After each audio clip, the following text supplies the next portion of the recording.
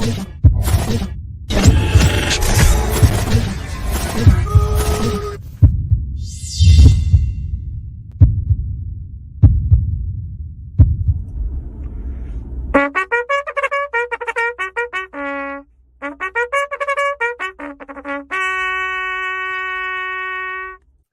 morning.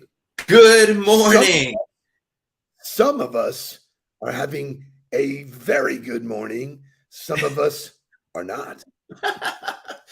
Oh, we are off to a blazing start this morning. You know, sometimes you get up and you get after it and you're like ahead of schedule, right? Like 4:00, 4:15 was on the run, back, got the dog fed and walked, and like I was clicking and moving like 6:45, had all my emails out and was like, life is good, baby.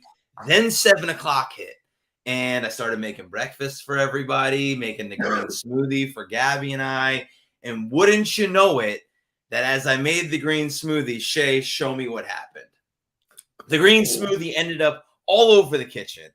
And that then, what I thought, I was like, oh man, I'm like 20 minutes ahead of schedule right now. That then ate up all of the 20 minutes that I thought I had that I was going to have as extra, trying to clean the green out of every crack in the cabinets and in the drawers that it got all over. So, well, I'm imagining that that's going to be there quite a bit. You'll be seeing that smoothie for weeks. I don't know. I mean, after I cleaned it up, I was like, so I took the rug off, right? And the rug's in the washing machine, and like I get it all cleaned up. I get the glass vacuumed up, and I'm like, you know what?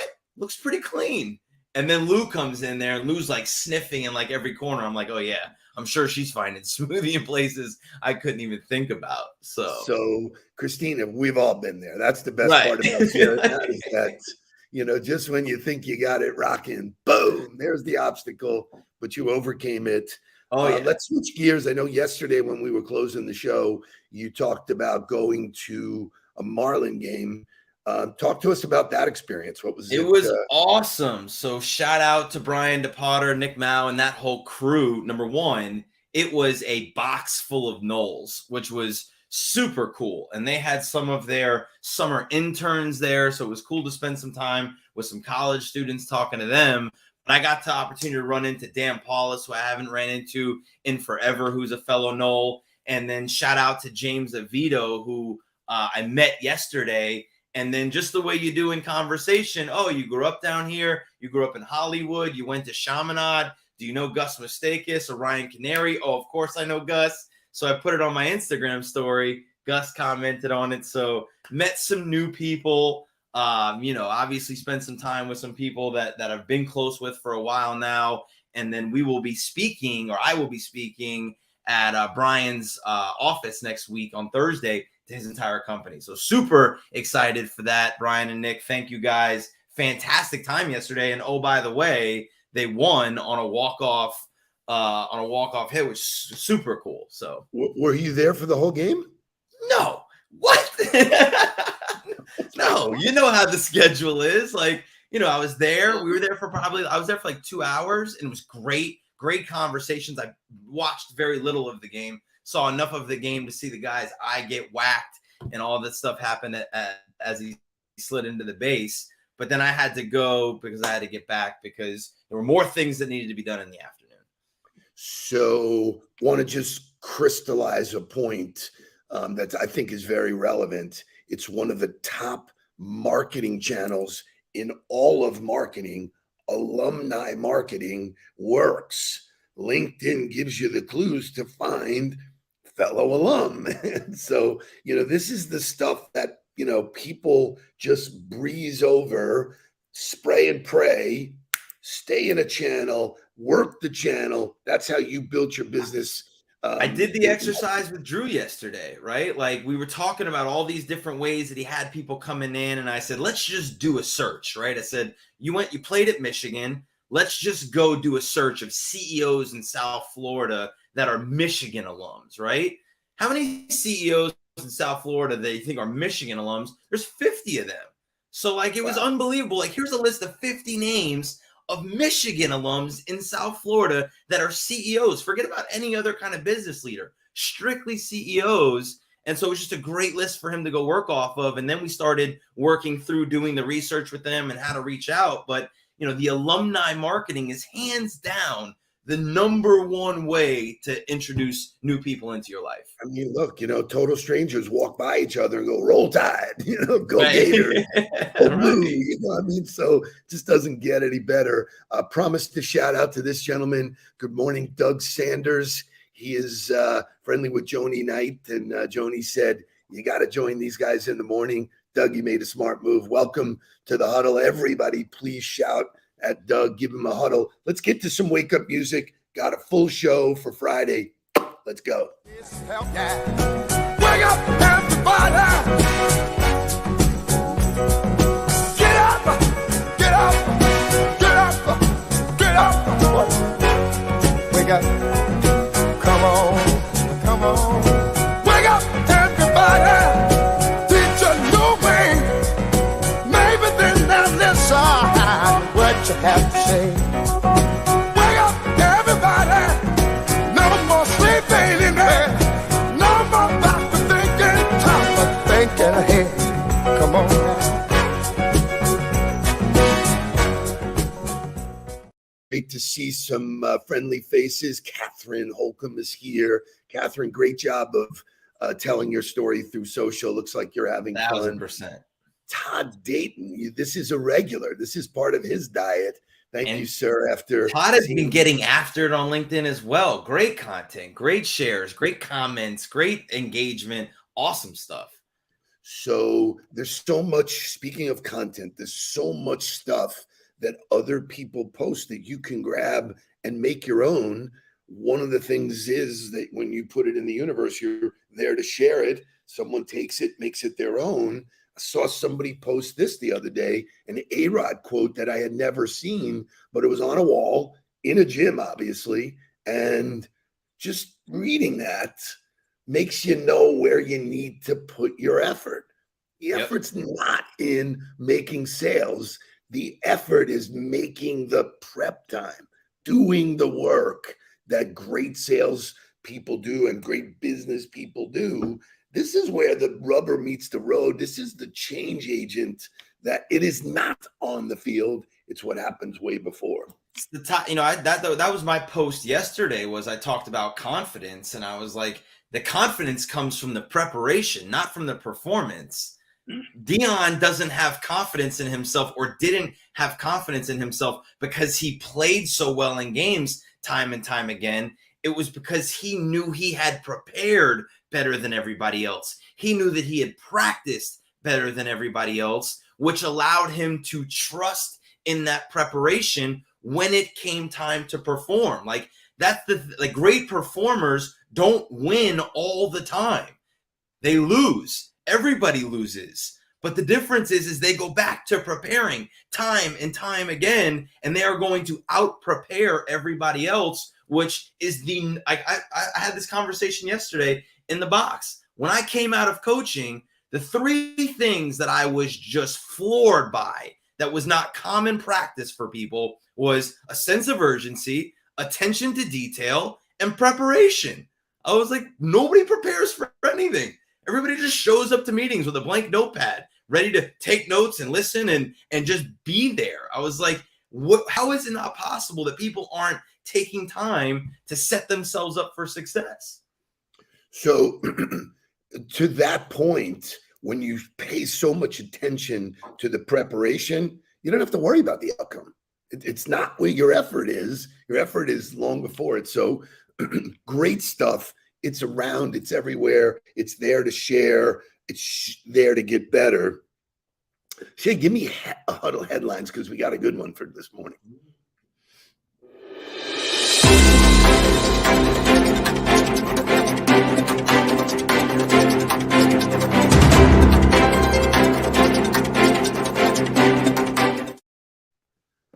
And there's Andrea shining in this morning. Hold on, where is she? She just jumped over here. I love that, yeah. Take the pressure off and just focus on creating a relationship.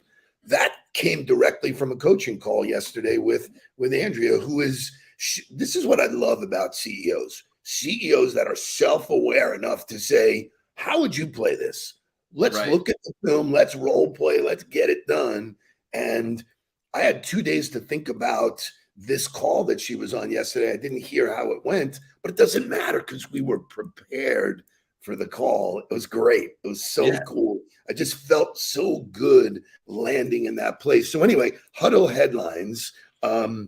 The surprise note or gift to a friend means more than we think. That is the headline. New research shows that people appreciate it much more than anybody gives credit to. Much more than you think. And so there's a whole psychological study that got put out. But I always love data. I always love data research and learning the facts. But what they found was that the people who reach out and do the sending of the note undervalue the impact that it actually has on the receiver.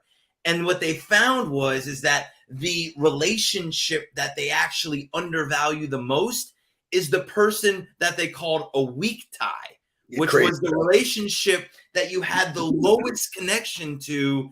That impact of reaching out of nowhere with just a note to say hello, how you doing, catch up, whatever, far over indexes what people actually think the value is there. So I'm going to give you a real-time story. So I think it is part of a DMO is to reach out to people every day. I think it's very, very significant that you, by design, pick 5 people you haven't spoken to. I've been doing it for my whole career because I love that part. You just never know what's going on in people's lives. So last night I had dinner with Roy Abrams. Now, Roy is one of those, Shay, you going to show me Roy, please? Shay's just there. So check this out. Roy was born on the same day in the same year as me. That's not in the same place. Not in the same place, but he's the only person that I know that of. And last night I reached out to him. Hey, how you been? He and I joined him as a partner in a company called Real Connects. We went pretty deep on that. Lots of reason why it stalled. Company got an investment from a board of people who wanted to take the company in a different direction. Roy didn't like that, stepped aside. So I just did a check-in call with him, found out during the pandemic he had a heart attack. Shame on me, wasn't there. Imagine that, right? Came back strong, healthy, is now partnered with Ray Titus. That's wild. That's wild. They're taking that concept and they're franchising it. We had a wonderful, wonderful dinner last night filled with joy.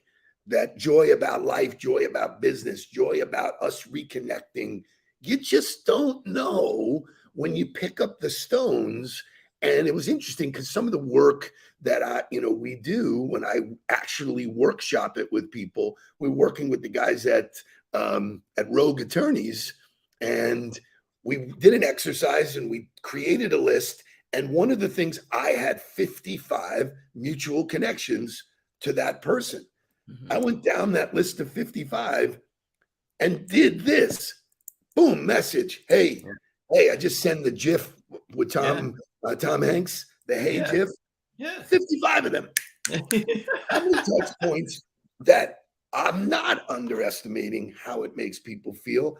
I know because I know how it makes me feel when people just randomly reach out. You just don't know. I think that's the difference. And, obviously it's great to send a handwritten note like Todd Dayton says. Handwritten notes and a wax seal are always great, but it doesn't have to be that way. And I think my favorite part of our LinkedIn presentation is talking about the triggers, because when you really lay out the list of all of the things that the platform is serving you as reasons to reach out to someone, whether they be new or old, to have a conversation again or start a new one, there's just nothing else in the world that's doing it like that and giving you real time, information and reasons to say, you know what, God, it's been 3 years already since you and I had really had a coffee together. Let's do it again. Let's catch up and hear what's going on. And, then the stories of the opportunities that come out of that is what it's all about. So Howie's a shining example. Howie's visiting in New York, his hometown. Man, is he having a great trip? I'm jealous of the I know the pizza, pictures the are bagels, phenomenal. the The pizza, pizza. the bagels, the Yankee game. He's going Everybody to see saw the the pizza. Kansas Like, I City. love The it. guy's all over the place. But the reality is, not only did he do it, then he had content to share, thanking those people. So Right. a lot of people get hung up on this content thing. Just document who you're out with, what you're doing. The more you're doing that. So I do want to talk about what Todd said about the written notes. So I was a big fan of that. I actually have notes that have the Nudelberg logo on them. For me, it takes too long. Like when I think of wanting to connect with you, I want to Yeah. connect with you now. There's an Yeah. urgency and an immediacy that the new tools allowed us to do. And I think doing it by mail is great, but it's, It takes a long time. It's 1,000%. So that to me is it doesn't lose, like it wins. Writing a handwritten note wins, but being very specific about when you do that or only doing that, like that was my point about my conversation this morning, is I was in person all day yesterday, right? I was in person for a coffee, I was in person at the game, and it was incredibly valuable. But the only reason it was incredibly valuable because the work for those relationships had already been laid. I had correct. already met Benny Hey, online. hey, this is a family show. Let's not talking about getting laid, man. Come on. let's like break for that. motivational music and come back and we'll close with this Let's stuff. do it. There's Let's more. Jerry Cedar, Jeff Bishop, you guys have great comments. We're going to share those publicly in a second. But Shay, give me motivational music because it's Friday.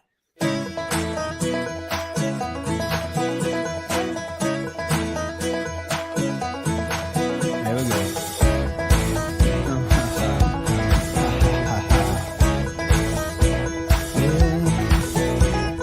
I don't wanna be a Monday morning heading back to work, stuck in traffic, going slow, nothing on the radio. I don't wanna be another chore to check off on your list, things you gotta do and places that you gotta go. Oh no. I wanna be your Friday night, sweet night, summertime sunshine, barefoot in the moonlight. I wanna be your jackpot, hot spot, wide open road in a candy apple ragtop. I wanna set you free, I wanna take you high. I wanna be your Friday night. Oh, your Friday night. So who'd have thunk that I'd be playing country music? You pull a country song out every once in a while. It's always new country. It's always like poppier I like country. that. It's a great I song. like Yeah, that. it's a great song. It's a great song. It's fun. It's upbeat. It's celebrating Friday night. I think that is a celebration. I think it's a small win. But I want to get back to what Sherry Cedar said. Let me find Matt. Here we go. The beauty of a true relationship is you can pick up right where you left off. No true words have been said because when I sat down with Roy last night, even though 3 years had passed, he's my brother, man. We were like, we just got into it. We were glad to be with each other. It's so great now. There are new opportunities that are coming from that, but the root of it is that friendship thing that we talk about. Don't you want to help your friends? Don't you want to see your friends do good things? It's trust, it's respect, it's influence, it's communication, right? It's listening to each other. And that to me is, if you don't have those pillars within the relationship, you can't do that. You can't go 5 years without talking and pick it up right back where it was, because you have to have those foundational layers of having influenced each other in some way, or having truly listened to each other's problems, or having shared something that way, truly respecting that other person. When you have that, that is what creates a true relationship. And if you do that all the time, you could never be unsuccessful. So you talk about data, you talk about metrics, shouldn't this be a metric of how many reconnections you have? 1,000%. If you do the same math as new connections, if you reconnect with 5 people a day, which is clearly something that was within your realm of doing, 25 a week, 100 a month, 300 a quarter, 1,200 a year. This is what the best of the best do with ease. People, there's a new series coming out about Derek Jeter. Yeah. And everybody always said he always just glided up to the plate and just, there was an ease about what he did because you didn't see the work. Right. You didn't see the preparation. That's my point. And like the only metric that matters is conversations. And so if you were to tell me that you had 20 conversations this week, that would be 4 a day if you were working Monday through Friday. You had 20 conversations this week. And even if half of those were reconnections, were people that you reconnected with, I guarantee you those are going to be more valuable than the 30-second conversation you had on a cold call that somebody was rushing to get off the phone. So the work you do in preparation for the new conversation, as well as the work that you laid to build the relationship for the reconnection conversation, is all of the work that allows you to be successful as you track the only metric that matters, which is conversations. It's so on point. And most people think that the conversation should be about making a sale. No, which is the furthest thing from it. I mean, it's like, it's just so the more you don't talk about it, the more they're going to be curious and ask you. The minute they ask you, the whole dance it's changes. The same thing that happened yesterday with James. I didn't know James. James was a Knoll. He went to Florida State at the same time as me. Turns out he grew up in South Florida. Turns out he went to Chaminade. Turns out he knows my friend Gus. Turns out we start talking about what we did in high school and where we were. And then we got to a conversation. Then it was like, oh man, I think I might be able to use your services. Like, we should have another conversation about how we can help each other. Great. But I didn't talk about that up front. It's like the first time I met him, I was like, hey, you're an old. Do you know what I do, though? So silly. So Doug is getting right into the mix. This is why it works. What do you recommend? What I recommend is you ask them. Hey, right. I'm sending you a note on this. What's your preferred way of communicating? So regardless of smoke signals, Western videos, baby, videos through text messages. So yesterday sparked a reason for me to reach out to a bunch of people. And the way I did it was early this morning, 6 a.m. I'm bang, bang, sending out text message videos to people because I have their cell. I know Here's where I'll leave you on that.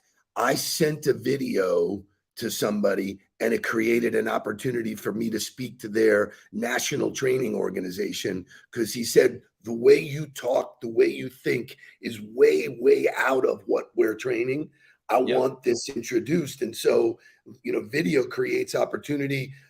What a great Friday, great music, Friday night. Here's some updates for you. The boys are traveling on Monday. Mark and Jake will be in Raleigh, North Carolina, blasting off an extending relationship with the Sistel sisters. I have a guest. Lori Salarillo will be sitting in the seat and she's interviewing me.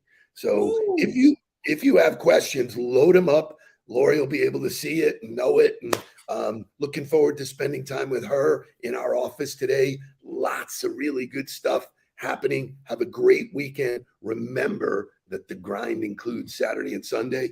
See you Monday morning. Please don't worry about me.